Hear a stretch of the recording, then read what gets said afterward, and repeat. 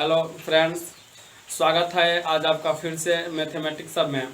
आज के इस नए सेशन में मैं राहुल शर्मा आप सबके बीच आज एक नया टॉपिक लेकर आया हूँ ज्योमेट्री का। तो ज्योमेट्री में हम लोग अलग अलग भाग देखेंगे।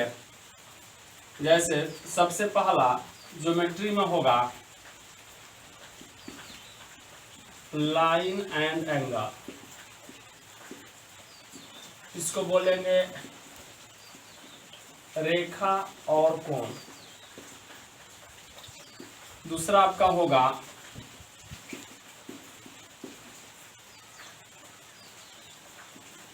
पॉलीगॉन, बहुभुज। फिर तीसरा होगा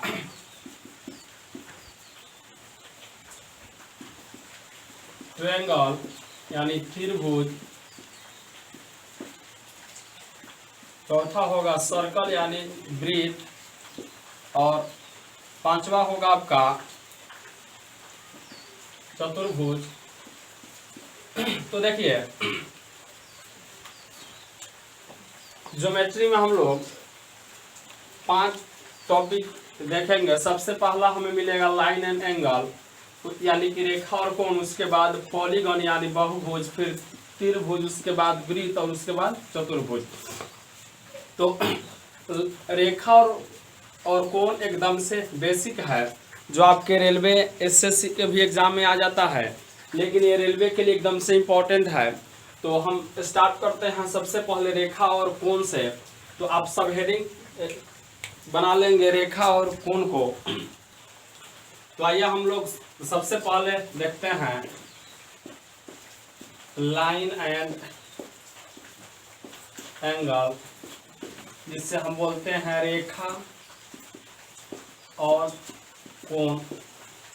आप लोग अपना इंग्लिश का जो वर्ड मीनिंग है उसे मिला लेंगे, इंग्लिश थोड़ा सा वीक है। तो हम लोग स्टार्ट करते हैं रेखा और कोण को। तो हम लोग एकदम जीरो से स्टार्ट करेंगे। तो सबसे पहला है टॉपिक पॉइंट यानी कि बिंदु। बिंदु किसे कहते हैं? बिंदु है क्या? तो देखिए बिंदु का डिफिनेशन ये होगा कि जिसकी ना लंबाई होगी ना चौड़ाई होगी, ना ही मोटाई होगी। मतलब कि यह एक ऐसी आकृति है जिसको हम लोग माप नहीं सकते हैं। इसकी ना लंबाई होगी, ना चौड़ाई होगी और ना ही मोटाई होगी। यानी कि हम इसे ये बोल सकते हैं कि वैसा वृत्त जिसका क्षेत्रफल 0 हो। बिंदु को हम ये भी बोल सकते हैं कि वैसा वृत्त जिसका क्षेत्रफल क्या हो, 0 हो, उसे हम लोग बिंदु बोलते हैं। जैसे ये जो आकृति है ये बिंदु है, तो इसका ना तो मोटाई है, ना लंबाई है और ना ही आपका क्या है, चौड़ाई है। तो ये बिंदु हो गया। बिंदु के बाद हम देखेंगे रेखा। रेखा यानी कि लाइन। ये देखिए रेखा अमिताभ बच्चन वाली रेखा ये नहीं है, ये रेखा कोई और है। तो रेखा है क्या? तो रेखा हम ये बोलेंगे कि जब एक से अधिक बिंदु, देखिए जब एक से अधिक बिंदु एक लाइन में यानी एक सीधी लाइन में इकट्ठे होते हैं तो एक रेखा का निर्माण होता है। जैसे ये मैंने यहाँ पर dot dot dot dot dot एकदम से बनाते गया, तो ये है क्या, ये लाइन बन गया। तो यह है क्या, एक रेखा बन गया। तो देखिए रेखा जो होती है, रेखा की सिर्फ लंबाई होती है। रेखा की सिर्फ क्या होती है, लंबाई होती है। जितना इच्छा हो उतना लंबा हम इसे खींच सकते हैं। तो ये आपका क्या हो गया, रेखा हो गया। अब हम लोग रेखा को अलग अलग भागों में भी बांटते हैं।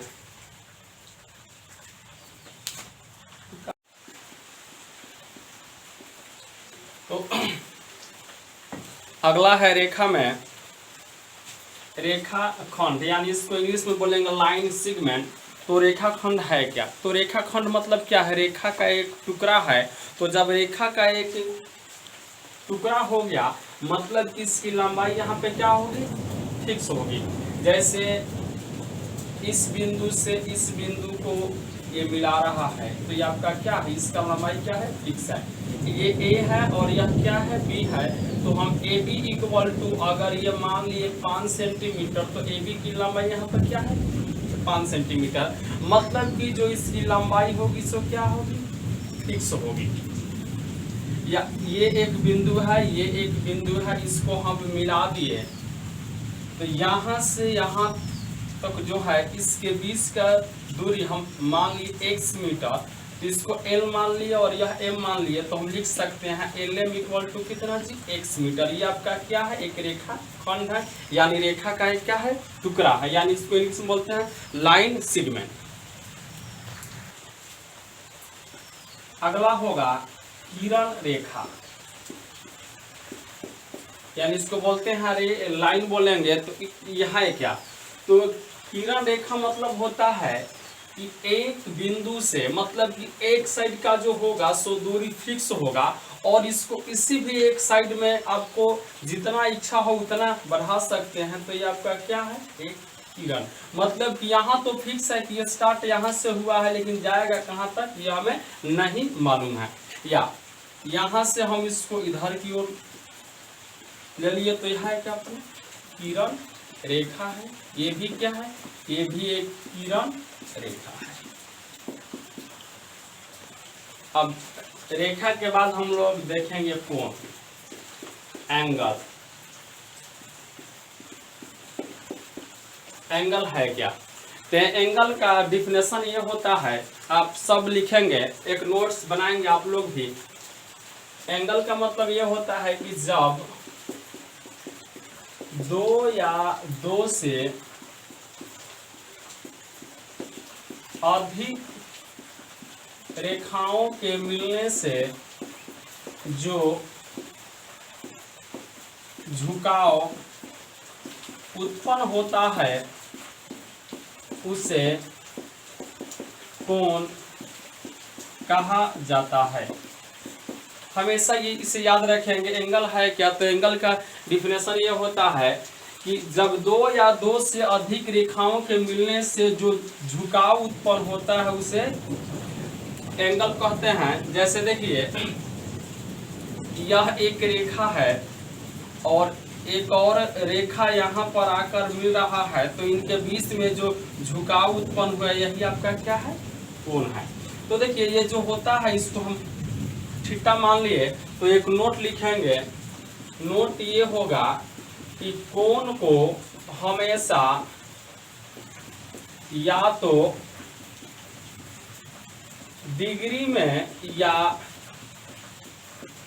रेडियन में मापते हैं। देखिए कोण को हमेशा या तो हम डिग्री में मापेंगे या फिर हम इसे रेडियन में, मतलब कि जनरली हम लोग इसी डिग्री में ही मापते हैं और कभी कभी इसे रेडियन में भी मापते हैं ना। तो हमेशा याद रखेंगे कि जो एंगल होगा उससे हमेशा या तो डिग्री में मापेंगे या फिर रेडियन में मापेंगे। तो अभी हम लोगों ने रेखा के बारे में जाना, फिर कोण के बारे में जाना। अब आप सब हेडिंग बनाएंगे, टाइप्स ऑफ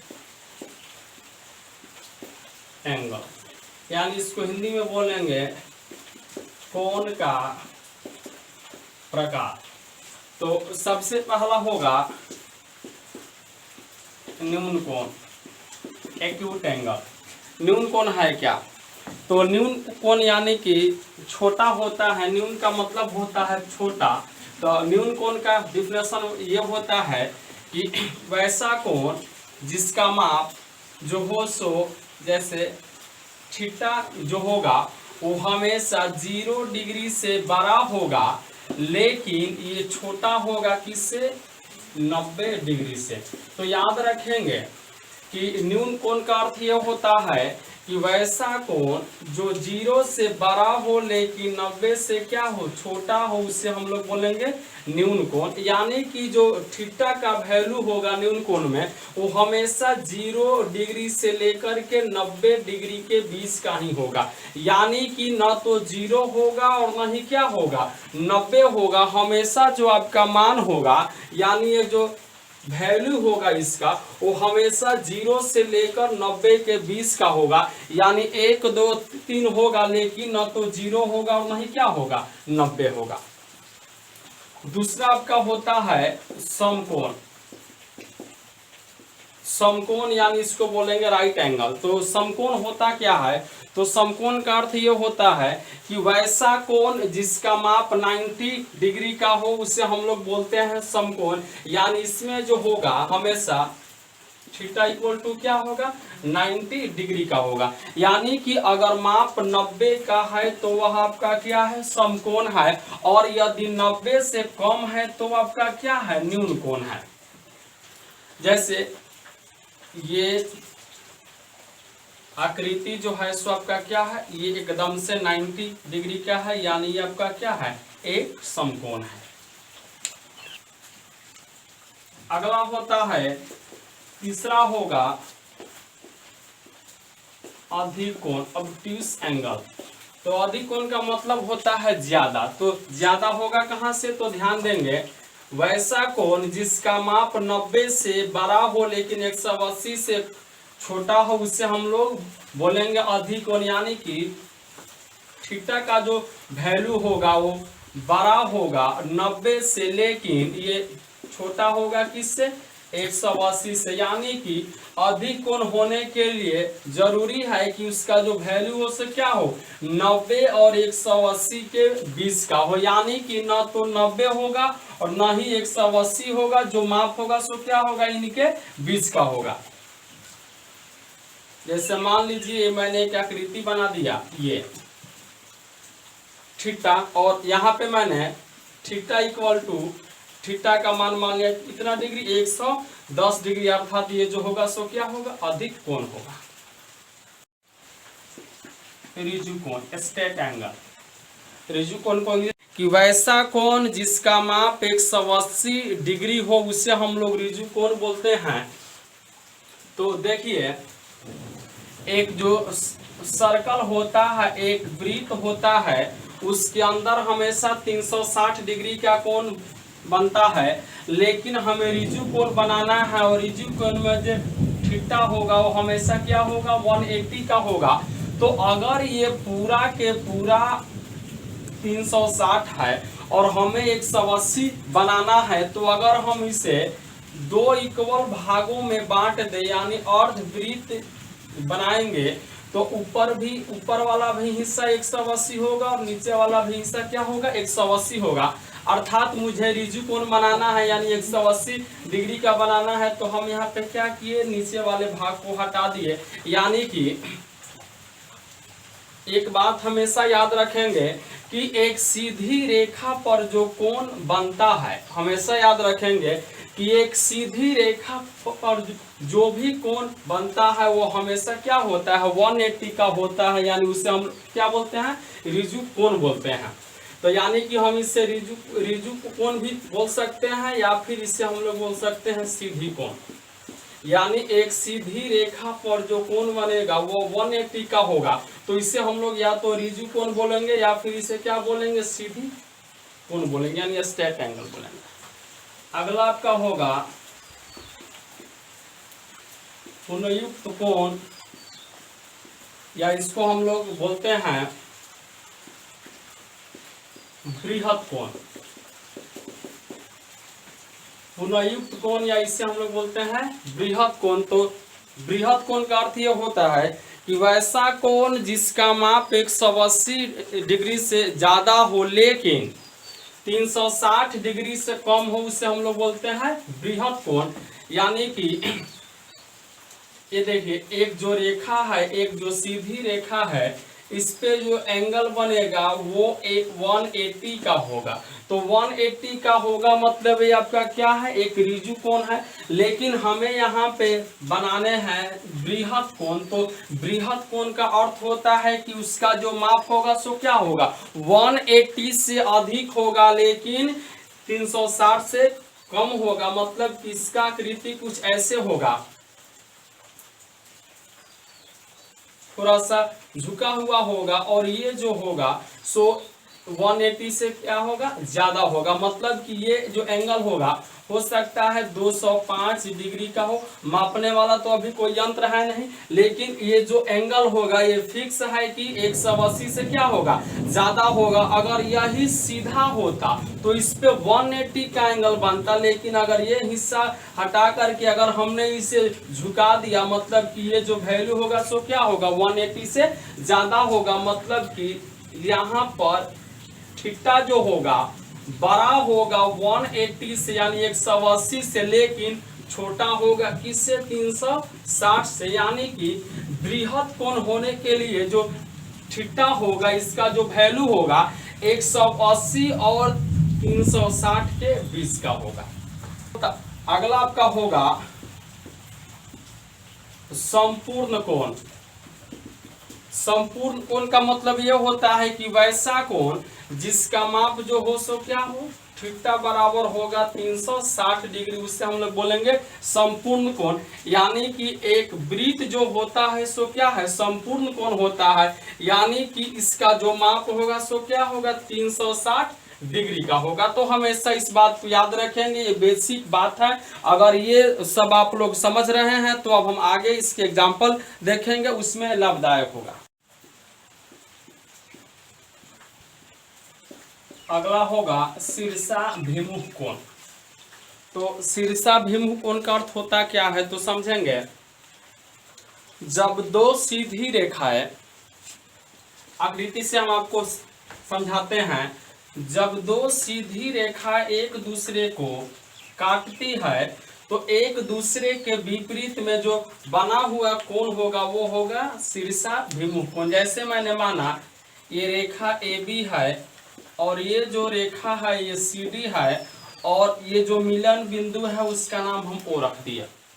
मिलन बिंदु का नाम O है, तो एक दूसरे के अपोजिट में बना हुआ कोण इक्वल होगा। मतलब जितना माप इस कोण का होगा उतना ही माप इस कोण का होगा। यानी अगर यह x डिग्री का है तो ये भी क्या होगा, x डिग्री का होगा। और जितना इस कोण का माप होगा उतना ही इसके अपोजिट वाले यानी इस कोण का माप होगा। यानी अगर इसका माप y डिग्री का है तो ये भी क्या होगा, y डिग्री का होगा। अब ये होता कैसे है आप इस बात को समझिए। जैसे मान लीजिए ये दो रेखाएं LM और OP एक दूसरे को x बिंदु पर काटती है। अब इस ये जो एंगल है इसका मान हम मान लिए थीटा। तो यह एक सीधी लाइन है और सीधी लाइन पे जो एंगल बनती है वो हमेशा 180 यानी 180 का बनेगा। तो अगर ये थीटा है तो इसका जो माप होगा सो क्या होगा, 180 माइनस में क्या होगा, थीटा होगा। अब देखिए या ये एक सीधी लाइन है और इस पे एक लंब है, तो ये जो एंगल बनेगा सो क्या होगा, 180 का होगा। तो अगर ये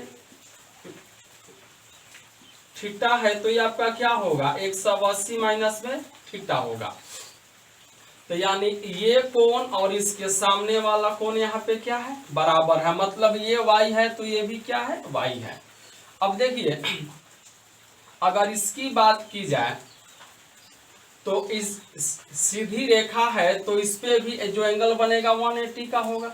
तो अगर ये 180 माइनस थीटा है तो इसका वैल्यू क्या होगा, थीटा होगा। मतलब कि ये भी यहाँ पे आपस में क्या होगा, इक्वल हो गया। यानी कि अगर यह x डिग्री का है तो ये भी आपका क्या होगा, x डिग्री का होगा। तो हमेशा याद रखेंगे कि जब दो सीधी रेखाएं एक दूसरे को एक बिंदु पे काटती है तो उसके अपोजिट में यानी जो विपरीत में बना हुआ एंगल होगा वो आपस में हमेशा क्या होगा, बराबर होगा। अगला हम लोग समझते हैं एंगल बाई सेक्टर। अपना इंग्लिश का वर्ड मिला लेंगे एंगल बाई सेक्टर, यानी इसको हिंदी में हम बोलेंगे कोण समद्विभाजक।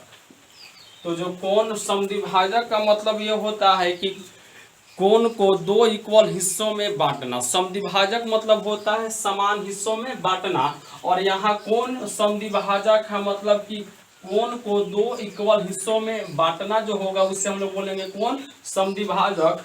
तो देखिए कोण समद्विभाजक जो होता है दो प्रकार से होता है। एक होता है अंतः समद्विभाजक और एक होता है बाह्य समद्विभाजक। एक होता है अंतः समद्विभाजक और एक आपका होता है बाह्य समद्विभाजक। अंतः यानी कि ये जो होगा अंदर वाले कोण को दो इक्वल हिस्सों में बांटेगा और बाह्य समद्विभाजक जो होगा बाहर वाले एंगल को इक्वल हिस्सों में बांटेगा। जैसे मान लीजिए ये एल है, ये एम है और ये ओ है। अब इसका एक कोण समद्विभाजक ओडी है। तो देखिए ये अंदर से इसे बांट रहा है, मतलब ओडी जो है सो क्या है एल ओ एम का को अंतः कोण समद्विभाजक है। यानी अगर ये थीटा होगा तो ये भी आपका क्या होगा थीटा ही होगा। या फिर जैसे मान लीजिए ये है, इसका नाम ए, इसका नाम ओ और इसका नाम बी। इसका अंतः समद्विभाजक एक ओडी है, इसका नाम डी है। तो अगर यह थीटा होगा तो ये भी क्या होगा थीटा होगा। अगर बाहर की बात की जाए इसके बाह्य समद्विभाजक की, तो मैंने बीओ रेखा को थोड़ा सा आगे बढ़ा दिया ई बिंदु तक और इसका मैंने तो यह आपका यहाँ पे क्या हो गया एक बाह्य समद्विभाजक हो गया। यानी इसको ए ओ ई में जो ओ एफ है ये इसका क्या है एक बाह्य समद्विभाजक है। तो अगर ये अल्फा होगा तो ये भी आपका क्या होगा अल्फा होगा। तो ध्यान देंगे यह एक सीधी रेखा होगा और सीधी रेखा पर जो एंगल बनता है वो हमेशा इतने का होता है 180 का होता है। मतलब यदि हम इन सबको जोड़ दें तो इनका जो योगफल होगा सो क्या होगा 180 के बराबर हो गया। यानी हम लिख सकते हैं अल्फा जोड़ थीटा इक्वल टू कितना 180। तो अल्फा अल्फा हो जाएगा 2 अल्फा और ये हो जाएगा 2 थीटा। यानी 2 अल्फा जोड़ 2 थीटा इक्वल टू 180 डिग्री। अगर दो हम इसमें से कॉमन निकाल लिए तो अल्फा जोड़ थीटा बराबर क्या आ गया 180 भाग दिए तो कितना 90 डिग्री। यानी कि एक बात यहाँ पर वैल्यू किसका आ गया अल्फा जोड़ थीटा इक्वल टू कितना 90 का। तो एक बात याद रखेंगे कि एक सीधी रेखा का अंतः समद्विभाजक और बाह्य समद्विभाजक और इनके बीच में जो एंगल होगा यानी कि अल्फा जोड़ थीटा का जो वैल्यू होगा सो हमेशा क्या होगा 90 डिग्री का होगा। तो हमेशा इस बात को याद रखेंगे कि एक सीधी रेखा के अंतः एवं बाह्य समद्विभाजक के बीच में जो एंगल होगा वह समकोण होगा, अर्थात होगा कितने डिग्री का 90 डिग्री का। तो आइए इससे रिलेटेड हम एक एग्जांपल देखते हैं। ये जो क्वेश्चन है ये एसएससी सीपीओ 2015 के एग्जाम में आया हुआ है। तो आइए हम इस क्वेश्चन को हल करते हैं। जैसे दिया हुआ है कि ए ओ बी एक संरेख बिंदु है, मतलब कि तीन बिंदु ए ओ बी एक ऐसी है जो एक संरेख है, मतलब कि एक सीधी लाइन पे तीन बिंदु है, एक सीधी लाइन पे तीन बिंदु है, एक का नाम ए है, एक का नाम ओ है और एक का नाम बी है। हम इनको मिला दिए, ठीक है। अब आगे दिया है जब किसी तल में स्थित नहीं है, यानी कि सी जो है नीचे स्थित नहीं है। तो जब सी नीचे स्थित नहीं है इसका मतलब कि सी ऊपर में होगा। तो मैंने एक ऊपर में एक बिंदु बनाया और इसका नाम सी है और इसको यहाँ पे ऐसे मिला दिया। अब आगे दिया है एंगल ए ओ सी का अंतः समद्विभाजक ए ओ सी। देखिए जो बीच में रहेगा उसी के बारे में आपसे बोला जाएगा। तो यहाँ पे बोल रहा है एंगल ए ओ सी तो ए ओ सी मतलब कि बीच में ओ है, यानी इसके बारे में दिया है। एंगल ए ओ सी का अंतः समद्विभाजक ओ एक्स है, यानी ए ओ सी यानी जो ओ है इसका अंतः जो समद्विभाजक है वो कौन सा है, ओ एक्स है। फिर आगे है और इसके बाह्य समद्विभाजक ए ओ सी का बाह्य मतलब इधर वाला, ये बाह्य जो समद्विभाजक है सो क्या है, ओ वाई है, यानी कि ओ वाई है, ऐसे है। अब दिया है यदि angle A O X equal to 42 degree दिया है, मान किसका, ए ओ एक्स का, ए ओ एक्स का, यानी ए ओ एक्स यानी बीच वाला ओ का मान दिया है, ए ओ एक्स यानी जो इसका माप दिया है सो क्या है, 42 डिग्री का है। तो हमें निकालने हैं तो एंगल बी ओ वाई का मान होगा बी ओ वाई, यानी बी ओ वाई अर्थात हमें इसका वैल्यू निकालना है। तो आइए हम इसमें कंसेप्ट लगाते हैं। देखिए अगर आपका आकृति बन गया तो आपका आंसर निकल के आ गया। तो आइए अब हम इसको हल करते हैं। आकृति एकदम से रेडी है तो समझेंगे।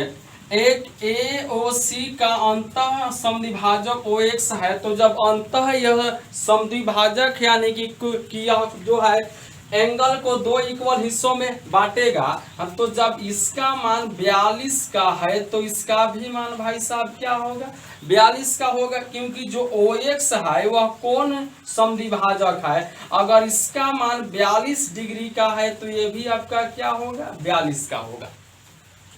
और अभी मैंने एक बात बताया है कि अंतः समद्विभाजक एवं बाह्य समद्विभाजक और इसके बीच में जो एंगल होगा वह एक समकोण यानी कि 90 डिग्री के इक्वल होगा। तो हम ये जो एंगल है इसका मान मानिए कितना, थीटा। तो अगर यह बाह्य समद्विभाजक है तो अगर ऊपर वाला मान थीटा है तो ये भी मान क्या होगा, थीटा होगा। तो आप जानते हैं कि इसके और इसके बीच में का जो सम होगा वो 90 का होगा, यानी हम ये लिख सकते हैं कि 42 डिग्री जोड़ थीटा इक्वल टू है कितना, 90 के। 42 जोड़ में इधर आएगा माइनस में, यानी कि थीटा इक्वल टू हो जाएगा 90 माइनस 42 इक्वल टू 10 में से 2 जाएगा तो 8 हो जाएगा और यहाँ हो गया 4, यानी कितना, 48 डिग्री। तो अगर ये थीटा का मान 48 का है और ये कोण समद्विभाजक है, तो जब ऊपर वाला मान 48 होगा तो ये नीचे वाला भी वैल्यू क्या होगा, 48 का होगा। और वैल्यू मुझे निकालना क्या है, एंगल बी ओ वाई, और एंगल बी ओ वाई का वैल्यू निकल के क्या आ गया, 48 डिग्री, और आपके आंसर क्या होगा, 48। अगला जो एग्जाम्पल है, अभी हम लोगों ने जो बेसिक कंसेप्ट समझा उससे रिलेटेड हम कुछ एग्जाम्पल देखेंगे। जैसे सबसे पहले निर्देश दिया गया है कि नीचे दिए गए चित्र का अध्ययन कीजिए और दिए गए प्रश्नों का उत्तर दीजिए, यानी जो आकृति है उसको पहले अध्ययन कीजिए और उसके बाद आप उत्तर दीजिए। जैसे क्वेश्चन नंबर 1 है, यदि a minus B equal to 30 degree है तो a का मान होगा, यानी दिया है कि अगर a माइनस बी का मान 30 डिग्री है तो हमें a का वैल्यू निकालना है। तो एक बात समझेंगे, सबसे पहले इस आकृति में आते हैं। तो आकृति में यह एक सीधी लाइन है और एक सीधी लाइन पे जो एंगल बनती है वह 180 का होगा, मतलब कि a डिग्री और ये जो b है इन दोनों को मिलाने के बाद में जो मान आएगा वह 180 का आएगा। मतलब लिख सकते हैं a जोड़ b इक्वल टू क्या, 180 डिग्री। और इसमें दिया हुआ है a minus B equal to है कितना, 30 है, यानी कि a minus B equal to निकल कर आ गया 30। इसको इक्वेशन 1 माने और इसको इक्वेशन 2 मान लिए। तो ये माइनस वाला हो जाएगा कैंसिल, तो ये a और ये मिलाकर के हो जाएंगे 2a इक्वल टू 180 और 30 हो जाएगा क्या, 210 भाग देंगे तो a इक्वल टू निकल कर के आ गया कितना, 105 डिग्री। यानी जो a है इस a का वैल्यू है कितना, 105 डिग्री का। और यहाँ पर b है तो आप देख रहे हैं कि a जोड़ b इक्वल टू 180 है, और जब a का मान 105 है अर्थात b का वैल्यू क्या होगा, 75 होगा। उसके बाद ही तो इसे हम मिलाएंगे तो 180 आएगा। दूसरा क्वेश्चन है, नीचे दिए गए चित्र में x का मान बतावें। मतलब कि ये जो आकृति दिया हुआ है इसमें हमें x का वैल्यू निकालना है। तो समझेंगे कि यह एक सीधी रेखा है और जो सीधी रेखा पर कोण बनता है वह 180 डिग्री का होता है। अर्थात हम इसे ये लिख सकते हैं कि इसका और इसका दोनों का जो योगफल होगा सो क्या होगा 180 होगा। अर्थात 4x जोड़ 5x इक्वल टू 180। इसको ऐड किया जाएगा तो क्या होगा 5 और 4 9x बराबर 180 डिग्री। भाग देंगे x का वैल्यू निकल करके क्या आ गया 20 डिग्री आ गया। तो अगर आपको कॉन्सेप्ट याद है तो आप इसे आसानी से हल कर सकते हैं। अगला हम देखेंगे पूरक कोण। इसको बोलते हैं कोटि पूरक कोण। इंग्लिश में बोलेंगे कॉम्प्लीमेंट्री एंगल। तो कॉम्प्लीमेंट्री एंगल का अर्थ यह होता है कि ऐसा दो कोण जिसका योग 90 डिग्री का हो उससे हम लोग बोलते हैं क्या है कोटि पूरक कोण। यानी लिख लेंगे ऐसा दो कोण जिसका योग 90 डिग्री हो उसे कोटि पूरक या पूरक कोण कहा जाता है।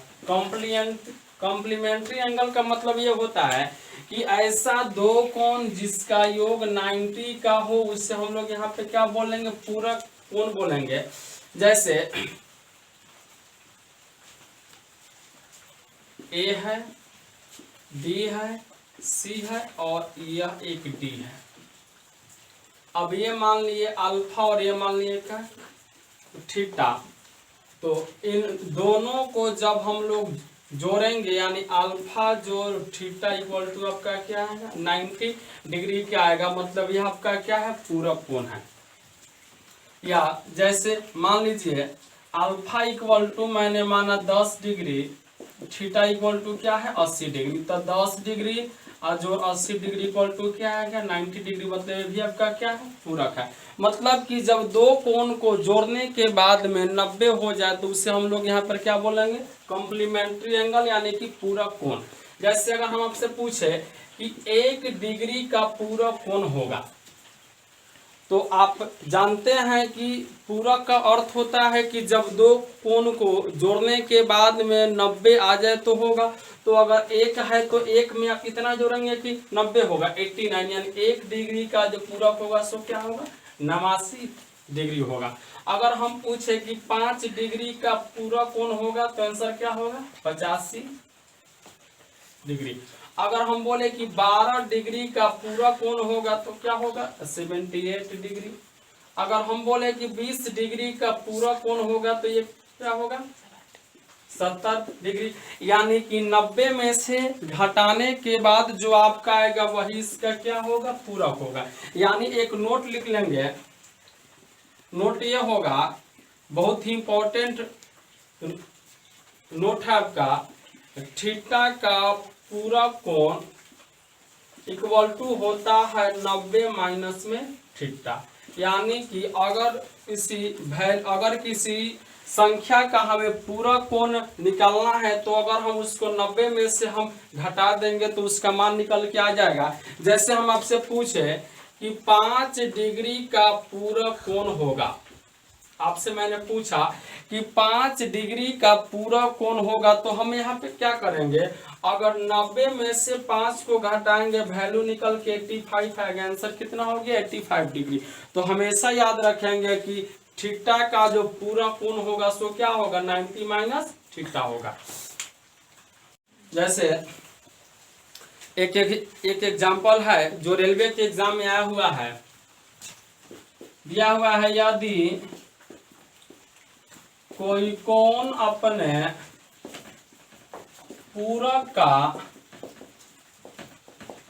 2/3 है तो कोण का माप होगा या 22 डिग्री का पूरक कोण होगा, या एक और, यदि कोई कोण अपने कोटि पूरक कोण का 1/2 है तो कोण का माप होगा। कॉम्प्लीमेंट्री एंगल से रिलेटेड कुछ एग्जांपल है, जैसे मैंने 1 नंबर क्वेश्चन लिखा, यह आपका रेलवे NTPC 2016 के एग्जाम में आया हुआ क्वेश्चन है। जैसे क्वेश्चन है कि यदि कोई कोण अपने पूरक का 2/3 है, तो आप जानते हैं कि अगर थीटा का हमें पूरक निकालना है तो ये होता क्या है 90 माइनस में थीटा। लेकिन दिया है यदि कोई कोण यानी कि थीटा अपने पूरक का यानी 90 माइनस थीटा का 2/3 है, यानी इसका हम 2/3 जब निकाल देंगे तो ये वैल्यू आ जाएगा। तो निकालना है कोण का माप होगा, तो ये 3 इधर भाग में इधर आएगा तो हो जाएगा गुना में, तो 3 ये थीटा इक्वल टू इंटू होगा 180 माइनस में 2 थीटा। ये इधर है माइनस में इधर जाएगा तो क्या होगा प्लस में 5 थीटा इक्वल टू 180 भाग देंगे तो थीटा बराबर क्या 36, यानी आंसर कितना आ गया 36 डिग्री। दूसरा एग्जांपल है कि 22 डिग्री का पूरक कोण होगा। तो मैंने अभी आपको बताया कि अगर किसी भी संख्या का अंक का अगर पूरक हमें निकालना है तो अगर हम 90 में से हम घटा देंगे जो आएगा वही उसका क्या होगा पूरक होगा। तो हमें निकालना है 22 डिग्री का पूरक कोण।